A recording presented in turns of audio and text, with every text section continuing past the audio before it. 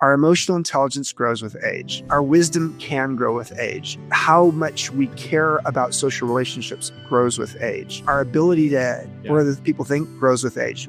Our ability to edit grows with age. Our spiritual curiosity grows with age. There's a lot of things that grows with age. This is the Midlife Chrysalis. Welcome to Wisdom Wednesdays with Chip Conley and Derek Gehl, your weekly conversation about thriving in midlife. Together, we explore the questions, insights, and practices that help you live this chapter with more purpose, vitality, and joy. Welcome to another episode of Wisdom Wednesday at the Midlife Chrysalis podcast. My name's Derek Gehl. I'm the CEO of MEA, and I'm here with Chip Conley, the founder of MEA. And how are you, Chip? I'm good. You know what? It's wintertime, getting colder in Santa Fe, but feeling really nice and warm in Baja right now. So it's great to be here with you again. Our third episode. Third episode. And you know, it's funny. You say colder in Santa Fe. I think there's a misconception about how cold it actually gets in Santa Fe. As a Canadian, you know, Got to Baja versus a that is so true. We're at 6,500 feet here, and there's a lot of sun. There's 320 days of sun a year.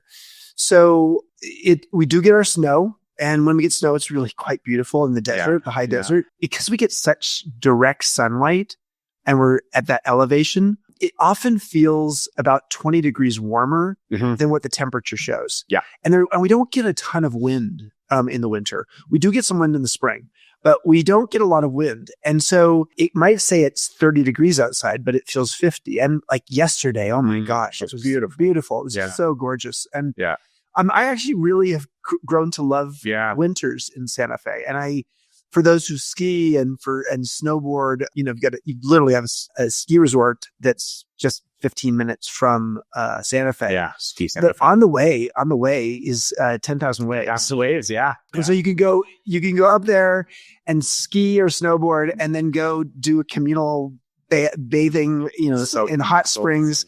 And then get a massage. It's like, okay, well, that's not a bad, you know, winter here is not so bad. No, it's not. And when the sun's out in the afternoon, I mean, I'm Canadian, I get it, but there's times I'm in my t-shirt in the winter. Just go hiking. Yeah. No, you can we have, you know, dozens of hiking and biking trails here and horses too. So, I mean, it's good. I mean, I think the thing that's interesting is that it is a year-round destination, Santa Fe. Yes. Also, the other thing that's interesting about Santa Fe is Santa Fe as a city is so beautiful during Christmas time. The farolitos, there's these, you know, the lights in the paper sacks, and it's very Christmassy. And so it's and then the smell of pinyon burning in fireplaces.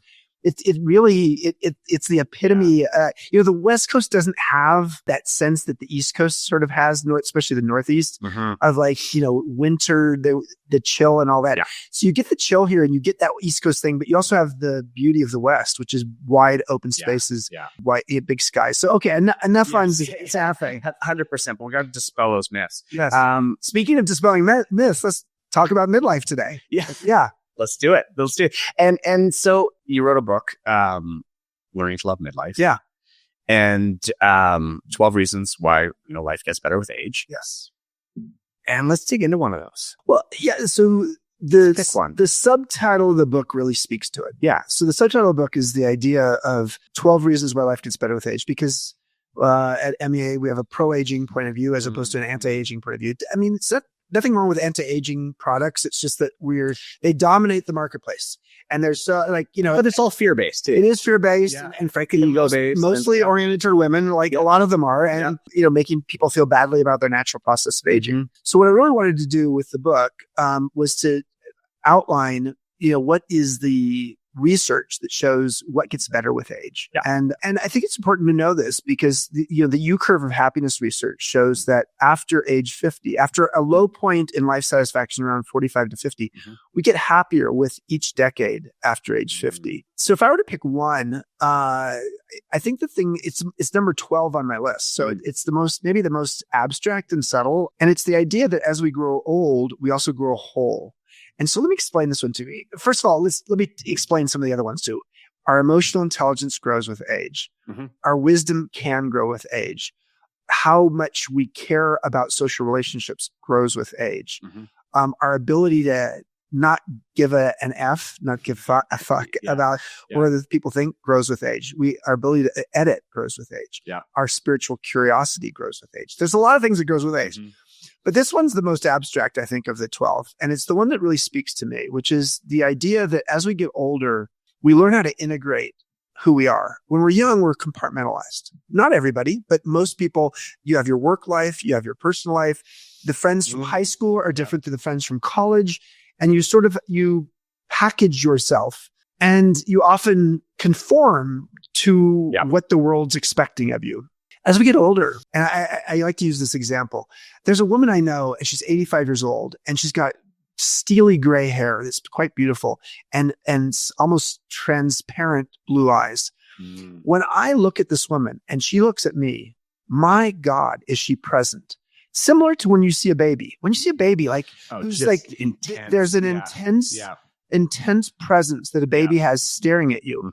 Similar to an 85-year-old woman. What's going on for that 85-year-old woman is she has learned how to alchemize the different parts of herself, the polarities. She is both an introvert and an extrovert. She's both masculine and feminine. She's secular and spiritual.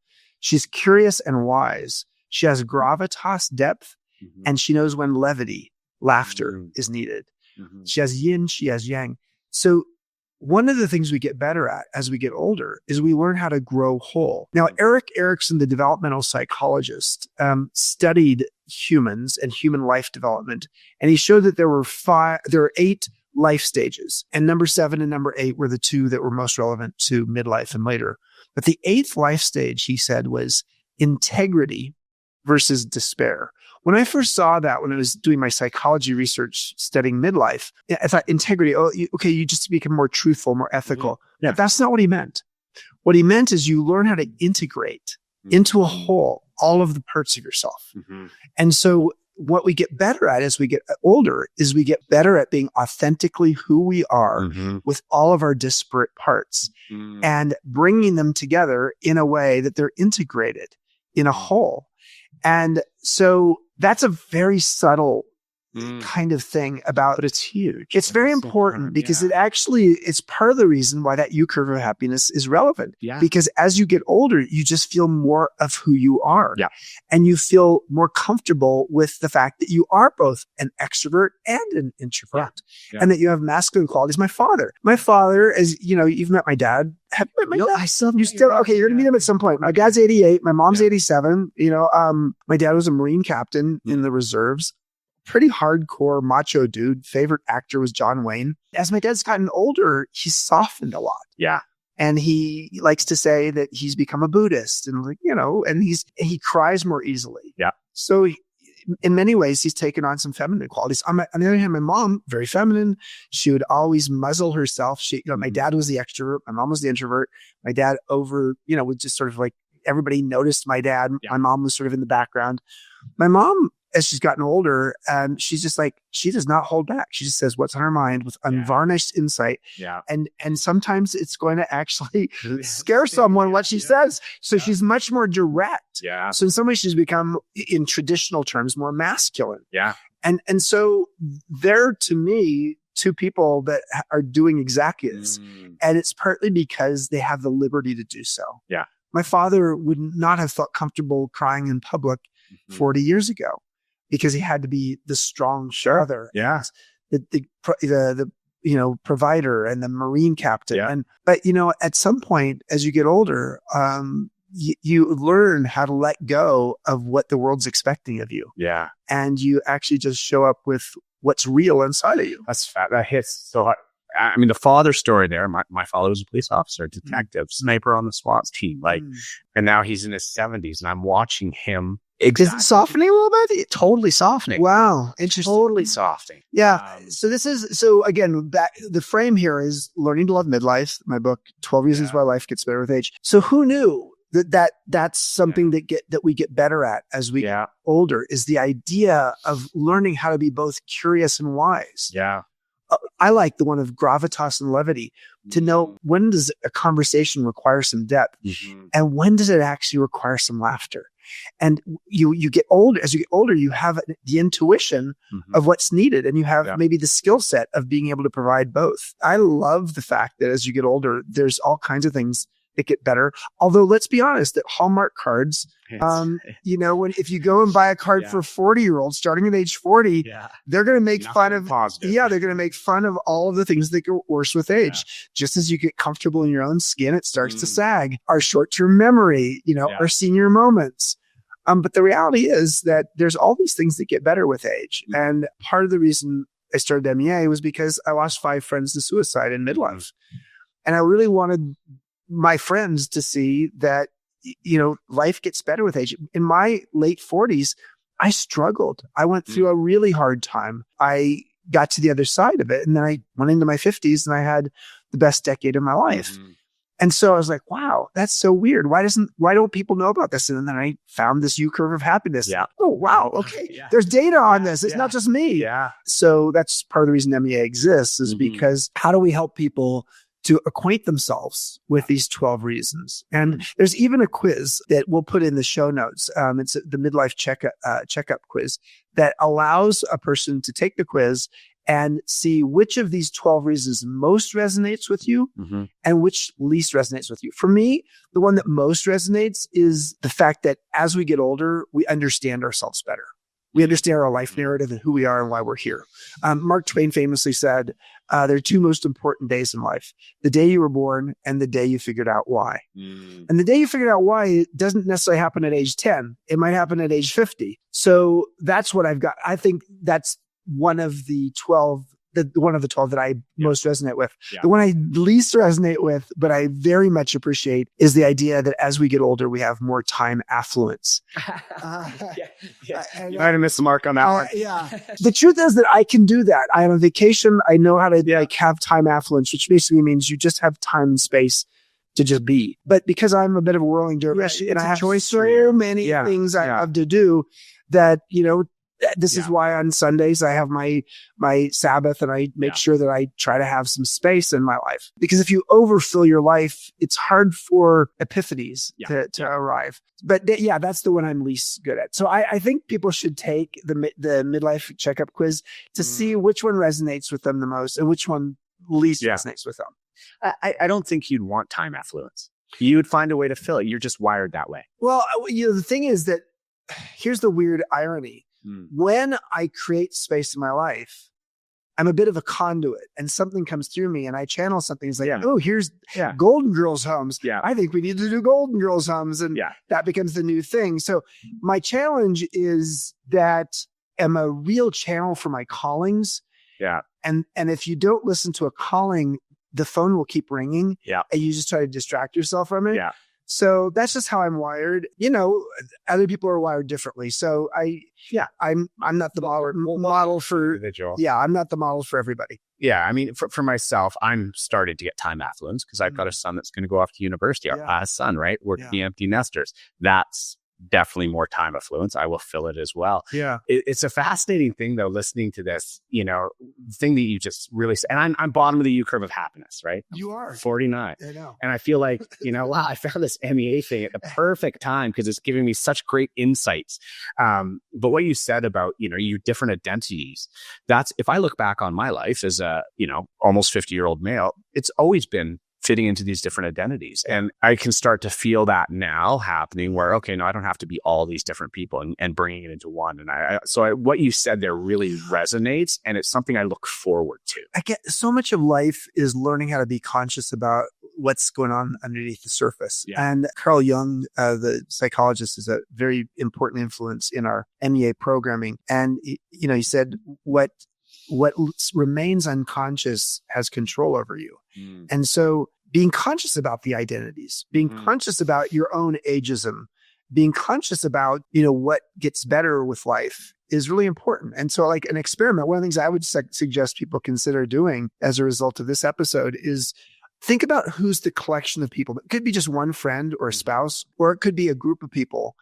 that are your friends with whom you are going to have a pro-aging perspective on life, as opposed to an anti-aging perspective. We tend to gather with people who have anti-aging perspectives. Like, we're doing Botox together, or we have to go to the gym. We have to run marathons at 70. Yeah. We have to do Sudoku or whatever that's called. We do brain puzzles together. I'm not saying that those things are bad things, but we tend to actually sort of gravitate to people around anti-aging messages as we get older. And you're right. And then we do organ recitals and say, like, this organ or that organ isn't working like it used to. Oh my God, that's so true. This hurts afterwards. What if we were to actually have a group of friends that we could identify and say, you know what? Let's read this book, Learning to Love Midlife, together. Yeah. Let's take the quiz together. And then once a month, let's have a meal and let's talk about what's getting better.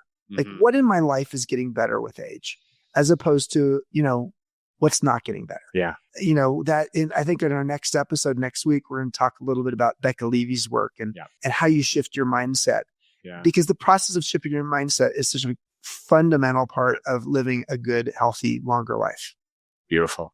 Yeah. All right. Thanks again. And any other parting words before we wrap this episode up? No, I just think the idea of, I hope that people are going to get a copy of my book. Yeah. Oh, yeah. Yeah. Aren't we going to Yeah. In fact, if you go to MEA Wisdom, you can get a copy of the book. You just pay shipping for it. Yeah. And we'll include a link in the show notes here to that as well.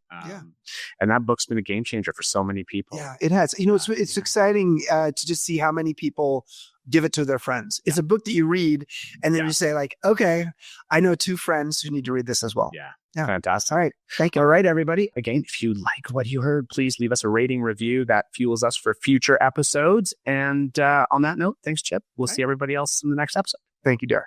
Thanks for listening to Wisdom Wednesdays on the Midlife Chrysalis. This show is produced by Midlife Media. If you have a question you'd like us to explore in a future episode, please send it to podcast@meawisdom.com. And if you enjoyed this episode, help us spread the word by subscribing and leaving a review on your favorite platform.